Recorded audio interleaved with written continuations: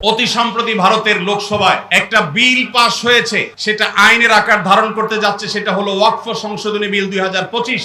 আপনারা অনেকে জেনে থাকবেন, ভারতবর্ষে প্রাতিষ্ঠানিক জমির মালিকানা সবচেয়ে বেশি হলো ভারতের রেলওয়ে এবং সেনাবাহিনীর।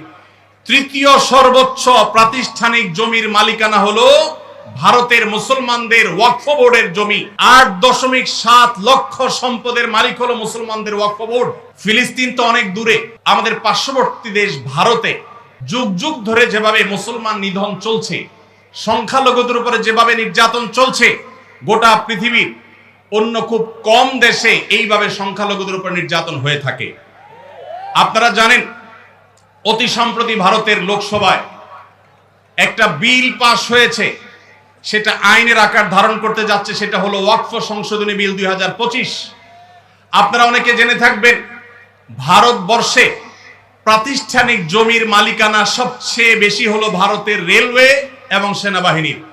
তৃতীয় সর্বোচ্চ প্রাতিষ্ঠানিক জমির মালিকানা হলো ভারতের মুসলমানদের ওয়াকফ বোর্ডের জমি। 8.7 লক্ষ সম্পদের মালিক হলো মুসলমানদের ওয়াকফ বোর্ড। ইসলামের অন্যতম একটা সৌন্দর্য হলো মসজিদ, মাদ্রাসা, ইয়েতিমখানা, কল্যাণমূলক কাজ, এগুলো পরিচালনা করবার জন্য ওয়াকফের ব্যবস্থা রাখা হয়েছে ইসলামে। কেউ তার জমি জীবদ্দশায় ওয়াকফ করে গেলে কিয়ামত পর্যন্ত সেই জমি যে উদ্দেশ্যে ওয়াকফ করে যাওয়া হয়েছে সে উদ্দেশ্যে ব্যয় করতে হবে।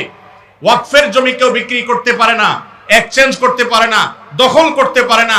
যে উদ্দেশ্যে ওয়াকফ করা হয়েছে এটার পরিপন্থী কোনো কাজ করা যায় না। ওয়াকফের এই চমৎকার উদাহরণের কারণে পৃথিবীতে কল্যাণমূলক কাজ আজীবন বেঁচে থাকবে। সেই সাস্টেইনেবল ওয়াকফের মাধ্যমে সাস্টেইনেবল ডেভেলপমেন্টের ব্যবস্থা ইসলাম রেখেছে।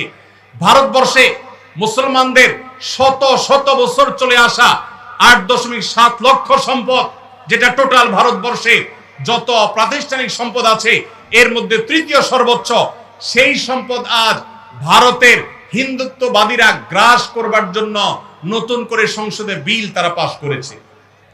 আপনারা জানেন, এই বিলে সুস্পষ্টভাবে বলা হয়েছে যে মুসলমানদের ওয়াকফ বোর্ড, যেটা নিতান্ত ইসলামিক একটা বিষয়, এটা এতদিন পর্যন্ত মুসলমানরাই পরিচালনা করে আসতো। এখন রাজ্য এবং কেন্দ্রীয় ওয়াকফ বোর্ডে দুজন অন্য ধর্মাবলম্বী অমুসলমান হিন্দু তাদেরকে বাধ্যতামূলকভাবে ওয়াকফ বোর্ডে অন্তর্ভুক্ত করার জন্য আইন করা হয়েছে। তার মানে মুসলমানদের মসজিদ পরিচালনার জন্য মুসলমানদেরকে ঢুকাইতে হবে কমিটিতে। এরকম ন্যাক্কারজনক, এরকম জঘন্য বিল আজকে তারা লোকসভায় পাশ করেছে। আমরা বাংলাদেশের এই প্রান্ত থেকে এই জঘন্য মুসলমানদের স্বাধীনতা হরণকারী, মুসলমানদের অধিকার খর্বকারী এই কালো আইন যেটা হতে যাচ্ছে, সেটার বিরুদ্ধে আমরা তীব্র নিন্দা এবং প্রতিবাদ জানাচ্ছি। ভাইরা আমার, আমাদের দেশের পান থেকে চুন খসলেই যারা সংখ্যালঘু অধিকার বলে চিৎকার চেঁচামেচি করে আর নিন্দা জ্ঞাপন করে, তারা যুগ যুগ ধরে যে মুসলমান নিধন করে আসছে, সেখানে সামান্য একটু গোশত পাওয়া যাওয়ার কাল্পনিক অভিযোগের ভিত্তিতে দিন দুপুরে মানুষকে পিটিয়ে মেরে ফেলা হয়। হোলির রং গায়ে মাখতে না চাওয়ার কারণে দিন দুপুরে পিটিয়ে মানুষকে মেরে ফেলা হয়। তাদের উৎসবের নাম দিয়ে মুসলমানদের মসজিদগুলোকে ভাঙা হয় বুলডোজার দিয়ে। যেখানে 1000 বছরের পুরাতন বাবরি মসজিদ ভেঙে সেখানে রাম মন্দির নির্মাণ করা হয়।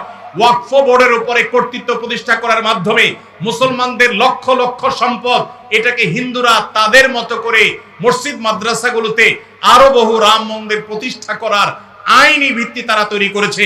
এই কালো আইন, এই বিলের বিরুদ্ধে আমরা তীব্র প্রতিবাদ এবং নিন্দা জ্ঞাপন করছি। আমাদের দায়িত্ব হবে প্রত্যেকটা মানুষ ভারতবর্ষের মুসলমানদের বিরুদ্ধে এই ঐতিহাসিক জঘন্য যে পদক্ষেপ ভারত সরকার নিতে যাচ্ছে, এর বিরুদ্ধে প্রত্যেককে যার যার জায়গা থেকে প্রতিবাদ জানাতে হবে। ওয়াকফ সম্পদ এটা মুসলমানদের অধিকারের ব্যাপার, সামাজিক এবং ধর্মীয় অধিকারের ব্যাপার। মুসলমানদের সে অধিকার থেকে তারা বঞ্চিত করছে। একের পর এক কালো আইন করে করে মুসলমানদেরকে বঞ্চিত করা হচ্ছে। আমরা নিন্দা জানাই। সেই সাথে ভারতের একটা আইন আছে, 12 বা 13 বছর যদি কেউ কোনো জমি নির্বাধায় দখল রাখতে পারে, সে সেটা মালিকানা দাবি করতে পারে। ওয়াকফের জমিগুলো এখন কেউ যদি এভাবে দখল করে রাখতে পারে আর সংশ্লিষ্ট ওয়াকফ বোর্ড যদি কোনো আপত্তি না জানায়, তাহলে সেটার সে মালিকানা দাবি করতে পারে। এবং সেই মালিকানার দাবি নিষ্পত্তি করার নতুন করে বিল পাস করা হয়েছে, যে কালেক্টরেটের চাইতে সিনিয়র লেভেলের কোন অফিসার সেটা নিষ্পত্তি করতে পারবে। অর্থাৎ মুসলমানদের মসজিদের বিষয়ে এই জমি যদি কোনো হিন্দু দখল করে তাহলে সেটা যেন সে দখল নিতে পারে, তার জন্য হাজারটা দুয়ার খোলা হয়েছে। এটা ভারতবর্ষের ইতিহাসে মুসলমানদের বিরুদ্ধে তৈরি হওয়া সবচেয়ে কালো আইনগুলোর একটা, যেটা মুসলমানদের অধিকার খর্ব করছে, সংখ্যালঘুদের অধিকার খর্ব করছে। আমরা এর তীব্র নিন্দা জানাচ্ছি। আল্লাহ রাব্বুল আলামিন ভারতবর্ষের মুসলমানদের অধিকার যেন তারা ফিরে পায়, সেই তৌফিক আল্লাহ তাদের সবাইকে দান করুন, আমিন। আস-সুন্নাহ ফাউন্ডেশন, উম্মার স্বার্থে সুন্নাহর সাথে।